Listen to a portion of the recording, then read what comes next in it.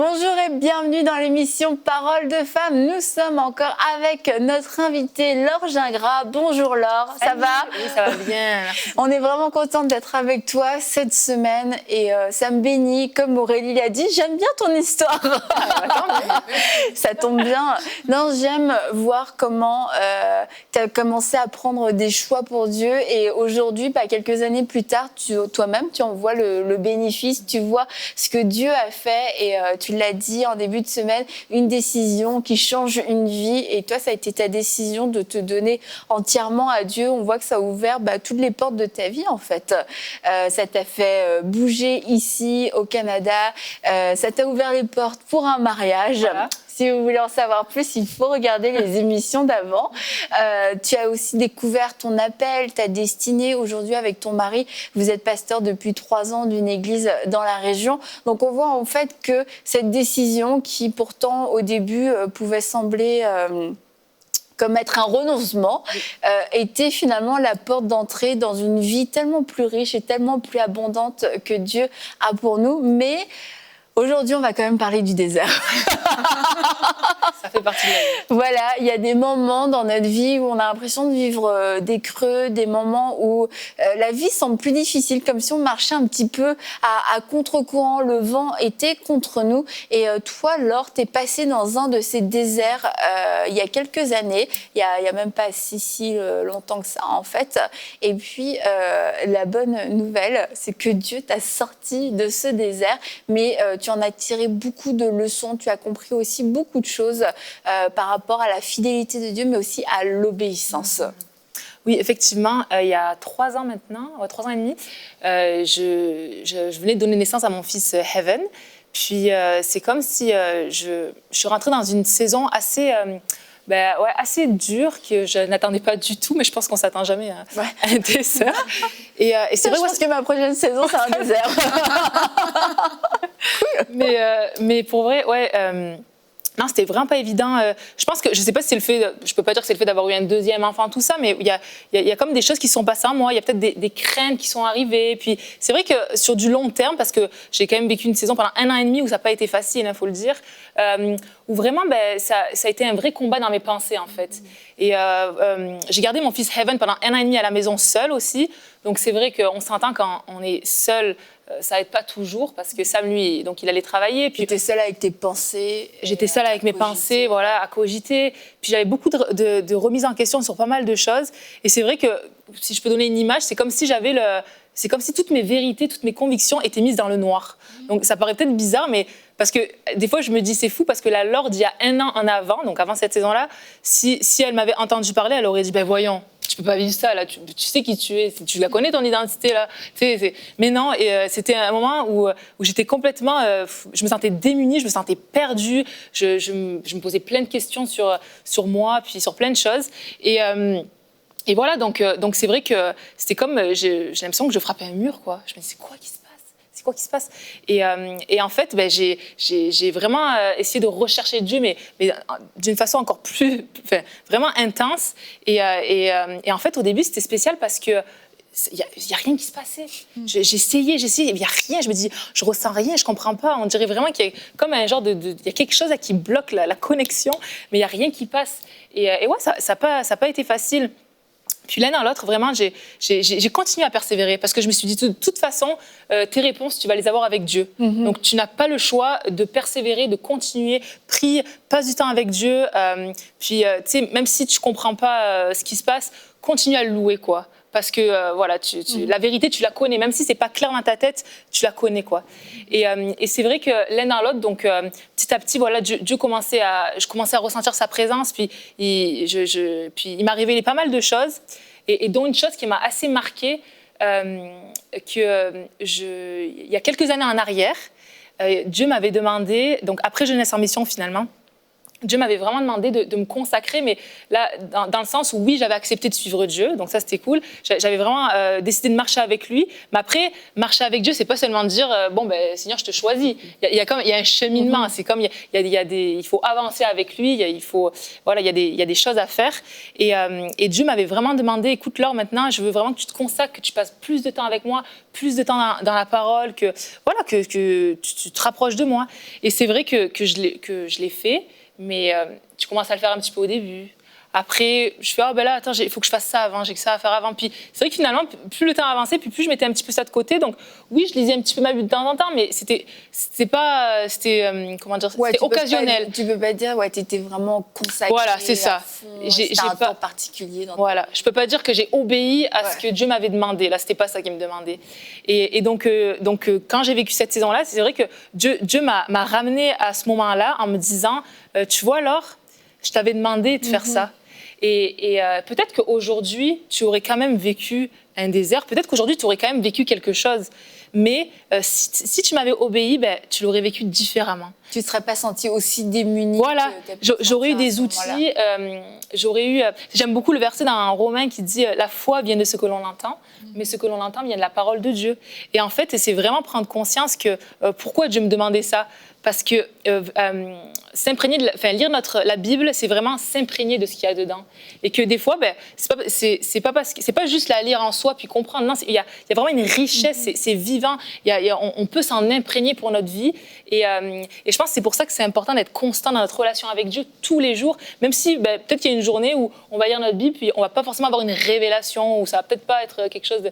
Mais voilà, c'est vraiment entretenir ça parce que sur le long terme, finalement, c'est ce que j'ai compris, ça bâtit notre foi, ça bâtit notre identité, ça nous aide à renouveler notre intelligence, et ça nous aide dans les saisons qui peuvent être des fois plus difficiles, à avoir les outils et les armes pour faire face à tout ça, quoi. Et c'est ça, dans l'obéissance, quelquefois, on ne voit pas l'intérêt d'obéir parce que dans la saison dans laquelle on est, il n'y a pas de besoin, en fait. On se sent bien, on est dans un bon moment de notre vie et tout. Pourquoi est-ce que j'irais me consacrer particulièrement alors que tout va bien dans ma vie? Je n'ai pas besoin de guérison, pas besoin de percer, écoute, le ciel est ouvert. Et puis, en fait, c'est parce qu'on a besoin de se fortifier, on a besoin de prendre des forces. Et j'aime quand Josué dit on va traverser le Jourdain, en fait, il prévient, il dit préparez-vous parce qu'on va traverser. Et à un moment, et on a besoin de se préparer. Il y a des saisons de notre vie où l'obéissance, c'est de la préparation. Comme Noé, quand il a commencé à construire l'arche, c'était un acte d'obéissance, mais qui préparait sa protection quand le déluge allait arriver. Et souvent, c'est ça, notre obéissance, sur le coup, on se dit pourquoi, puis quand on se demande tellement de pourquoi, la tempête arrive, ok, d'accord, j'avais compris. Mais Dieu est bon, parce qu'on le voit que même lorsqu'on a manqué certaines étapes, c'est plus difficile pour nous, mais Dieu, au final, finit par... Dieu va nous soutenir, Dieu va nous épauler et nous donner les armes. Mais comme on l'a souvent dit dans l'émission, c'est plus difficile de construire son bateau dans la tempête que de le construire avant. Effectivement, Annabelle. Et tu parles de la bonté de Dieu. Je veux la souligner pour toutes les personnes peut-être qui traversent justement un désert parce qu'elles n'ont pas su soit entendre la voix de Dieu, soit obéir à l'instruction divine. Je veux dire que malgré le désert, Dieu est là. J'ai médité récemment 2 textes de la Bible qui m'ont vraiment parlé. Là où dans Osée, ça dit que je vais t'attirer dans le désert pour parler à ton cœur. Et dans Matthieu, on dit préparer le chemin. En parlant de Jean, là, il est celui qui est venu préparer le chemin dans le désert, planifier ses sentiers, voilà, ce verset-là. Et puis j'ai réalisé en fait que lorsqu'on est dans ce désert, il faut préparer un chemin. Il faut aplanir le sentier de Dieu. Pourquoi? Pour qu'il puisse parler à ton cœur. Parce que dans ton désert, ton cœur intéresse Dieu. Il veut pouvoir te parler, il veut pouvoir te dire des choses que lui seul il peut te dire dans ces temps-là. Donc, au lieu de s'endurcir, parce que quand tu désobéis, tu peux te dire « Ah, mais Dieu n'a plus rien à faire avec moi et tout. » Et toi, tu l'as dit, Laure, en disant que tu connaissais ton identité. Donc, même si tu étais confuse pendant ce temps-là, il y avait toujours ce truc qui te ramenait à ton identité de fille de Dieu. Mais c'est ça aussi de dire aux gens, reviens à celui-là qui est ton Père, qui va parler à ton cœur dans le désert. Parce que c'est cette parole-là qui va te faire justement pour soit tout simplement revenir à l'obéissance, soit poser des actions qui vont te faire sortir de ce désert-là. Donc, pour toutes les personnes qui sont maintenant dans le désert parce que, voilà, elles n'ont pas obéi à Dieu et que ça semble difficile, Dieu dans le désert est intéressé par ton cœur. Il veut parler à ton cœur dans le désert. Prépare-lui le chemin. Aie vraiment l'humilité pour préparer ce chemin à Dieu et pour dire à Dieu, Seigneur, vraiment, que mon cœur soit aplani pour que toi, tu rentres à l'intérieur et que tu déposes des paroles qui vont faire la différence dans cette saison. J'aime vraiment quand tu dis j'ai persévéré parce que je savais que mes réponses étaient en Dieu et je pense que quand on a cette attitude-là, rien entre guillemets que ça, c'est sûr ça nous dispose pour pouvoir entendre la voix de Dieu. Et bien souvent dans les temps de désert, la première chose qu'on a envie de faire, c'est de se plaindre, c'est de dire mais pourquoi Seigneur, pourquoi? Et pourtant c'est un temps où Dieu veut parler plus que jamais à notre cœur et Dieu voit ce qu'il y a dans notre cœur. Et aussi, on n'en a pas parlé encore vraiment depuis le début de la semaine, mais je pense que dans tout ce parcours qu'on peut avoir en tant que jeune fille, en tant que jeune femme, peu importe les saisons dans lesquelles on passe, et particulièrement aussi dans une saison de désert, c'est d'avoir cette crainte de Dieu qui va mettre une barrière jusqu'où je vais pouvoir me plaindre, jusqu'où je vais pouvoir murmurer, jusqu'où je vais pouvoir dire « Ah écoute, tu m'as parlé, mais c'est pas grave ». Non, c'est vrai, absolument. C'est vrai que la crainte de Dieu, ça va vraiment nous aider dans nos décisions. Moi, je pense que c'est ce qui m'a aidée aussi parce que voilà, ça m'a vraiment gardée. Ouais, gardée, puis voilà, vouloir rester les yeux fixés sur Dieu. Et donc, c'est vraiment important de toujours prier qu'on garde vraiment cette crainte-là de l'Éternel. Et puis, je voudrais aussi dire que dans les saisons qu'on vit, parce qu'on vit tous une saison à un moment ou à un autre, je veux dire, dans notre marche, c'est pas un long fleuve tranquille, mais on sait que ça va arriver des moments où ça va être plus dur, puis voilà, comme tout le monde, il va y avoir... Voilà, ça va être plus compliqué, mais de toujours garder nos yeux sur la Bible, que c'est toujours garder la Bible, ce que Dieu dit comme la vérité, quoi. Parce que moi, je sais que c'est ça qui m'a vraiment aidée de me dire, en ce moment-là, je suis vraiment confuse, puis je ne comprends plus rien. Sincèrement, ça peut paraître peut-être fou, mais c'était vraiment ce que je vivais à ce moment-là. Et en plus, tu sais, l'ennemi, il en profite pour te rajouter une couche et tout ça. Et vraiment de rester focalisé sur, même si je ne comprends pas, même s'il n'y a rien qui fait du sens, ce n'est pas grave, je reste focalisée sur la Bible. La Bible, c'est la vérité. Ça va être ça, ma vérité. Je m'accroche. Et c'est ça, la persévérance aussi, quelque part, de dire que même si ça ne fait pas du sens pour nous, même si on n'y voit rien, on reste accroché à ce que la parole dit. Et puis, à un moment donné, c'est là où, paf, il y a tout qui se rallume, quoi. Tu vois, et moi, c'est ce que j'ai vécu. C'est à force de persévérer comme ça, même si c'était compliqué et ça faisait pas toujours du sens, et à un moment donné, c'est comme si ça a porté son fruit, quoi. Ouais. Donc, vraiment, toujours persévérer, puis rester accroché à la vérité, c'est qui est la parole de Dieu. Et ça va faire toute la différence. Ouais, dans ces saisons-là, justement, on a besoin de sagesse. Et la Bible dit que la crainte de l'Éternel est le commencement de la sagesse. Et quand tu t'engages sur ce chemin, parce que je sais que c'est pas évident, surtout si c'est le produit d'une désobéissance, tu vas te dire, mais j'ai pas craint Dieu de prime abord, je me suis retrouvée là.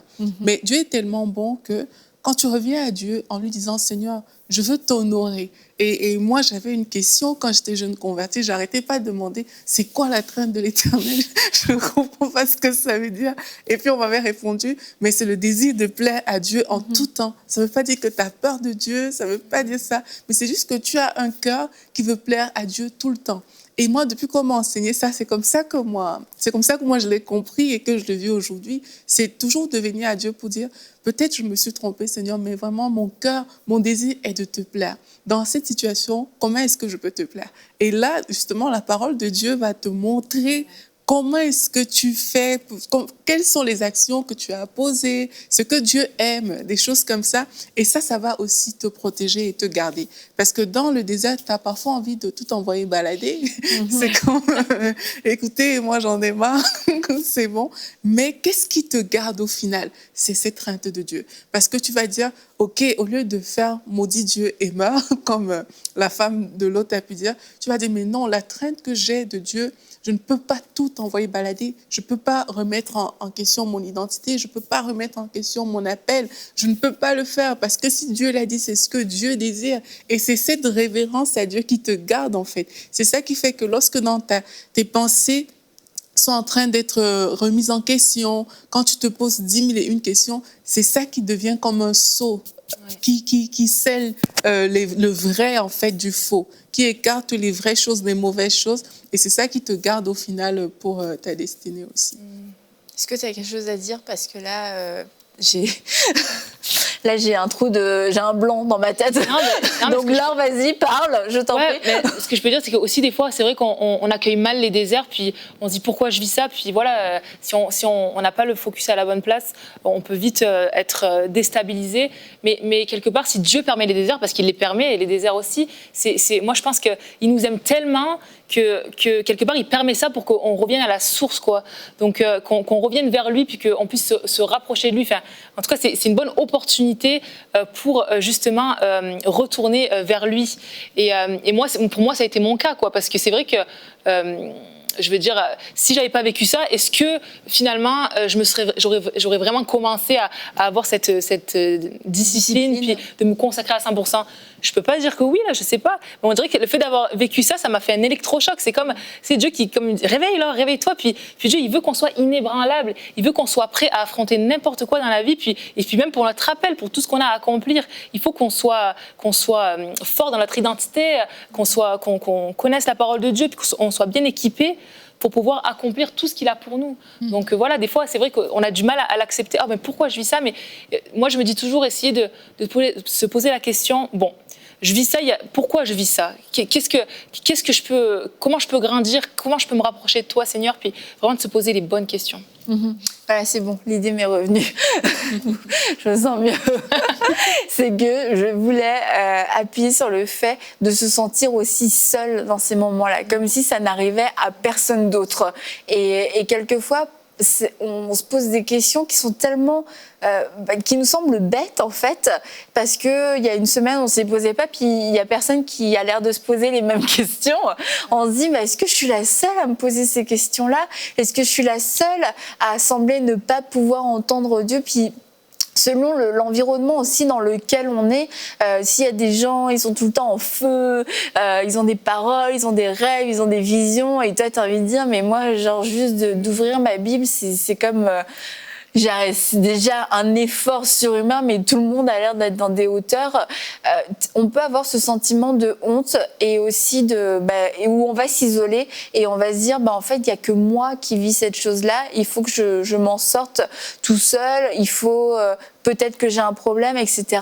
Et au final, on peut s'enfermer dans la honte. On peut commencer même à développer une double vie dans le sens, oui, tout va bien, je suis super spirituelle, etc. Et même quand on est dans le ministère, mais à l'intérieur, c'est carrément le chaos. Et c'est pour ça que je suis contente aussi que tu puisses en parler et le dire, tu vois, ce que tu as vécu, parce que je crois qu'il y a plusieurs d'autres personnes qui ont vécu exactement la même chose, qui était clair un jour n'est plus du tout le lendemain, et c'est beaucoup de remises en question, alors qu'on on a des responsabilités, tu étais mariée, tu avais des enfants, tu te dis, c'est bon, quoi, j'ai pas 15 ans non plus, le temps des remises en question est passé, mais c'est arrivé plus tard dans ta vie, pour qui, pourquoi, bon, on ne sait pas, mais en tout cas, on sait que Dieu veut répondre, que Dieu veut nous en sortir, et je trouve ça vraiment important de dire, non, tu n'es pas seule, tu n'es pas la seule à passer par là, et toi, tu es passée par là, Laure, et tu en témoignes aujourd'hui, mais Dieu a été fidèle,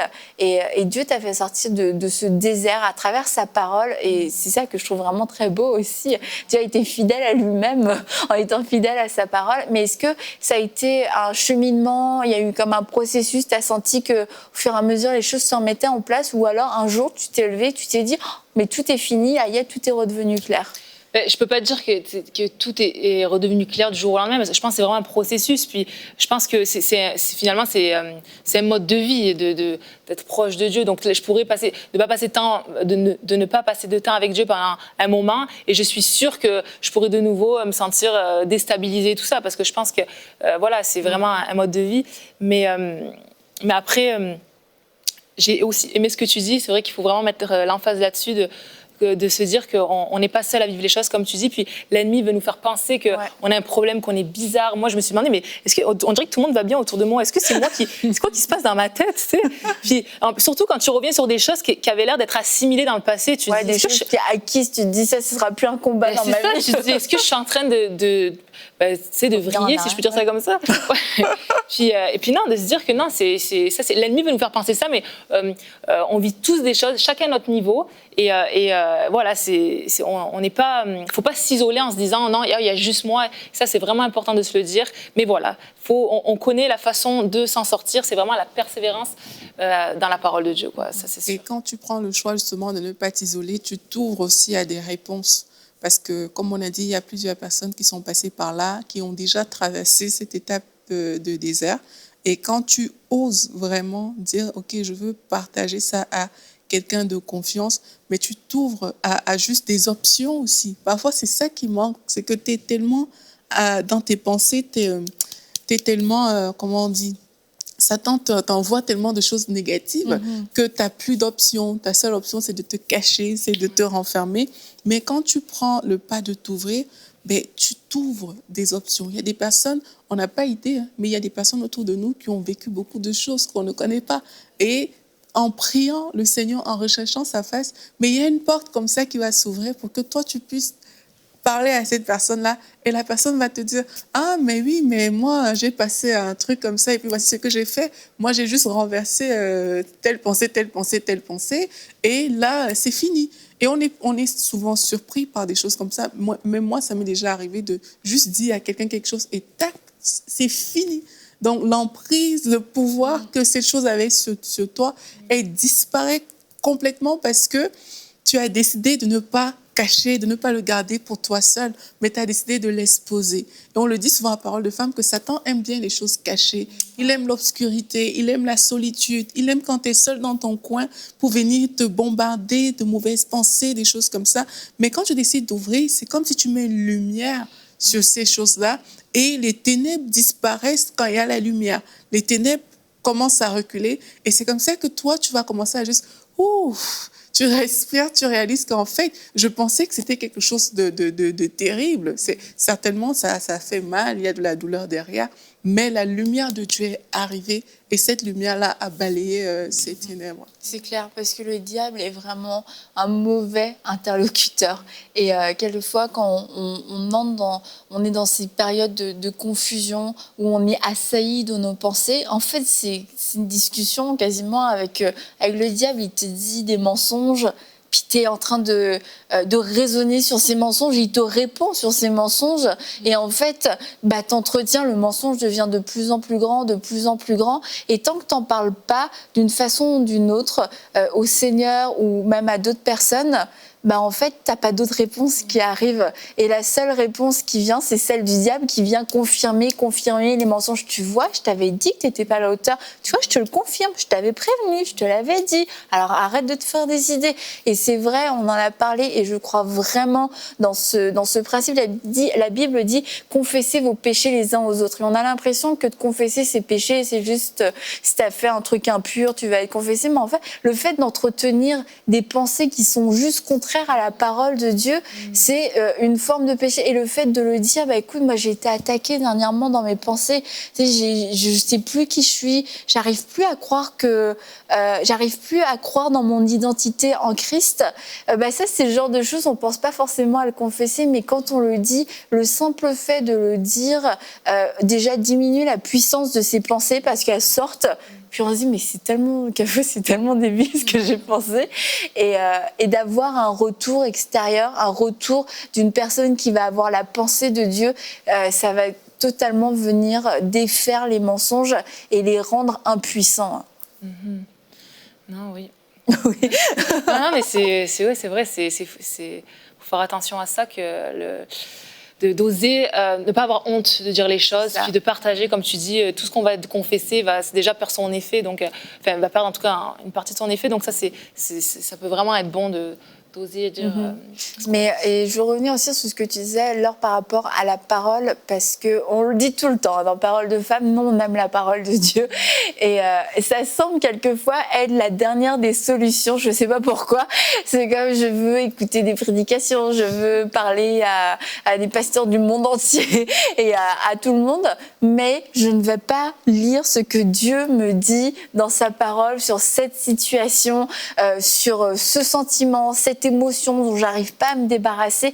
Mais la parole de Dieu, comme tu l'as dit, elle est riche, elle est puissante. Et je me souviens, moi, je suis passée par un moment vraiment de grande confusion et de grands questionnements. Et j'avais juste envie, c'était de m'arracher la tête. Franchement, c'était, moi, je crois, mon désir le plus profond. Arrachez-moi la tête, s'il vous plaît, parce que ça tournait, puis ça m'épuisait, en fait.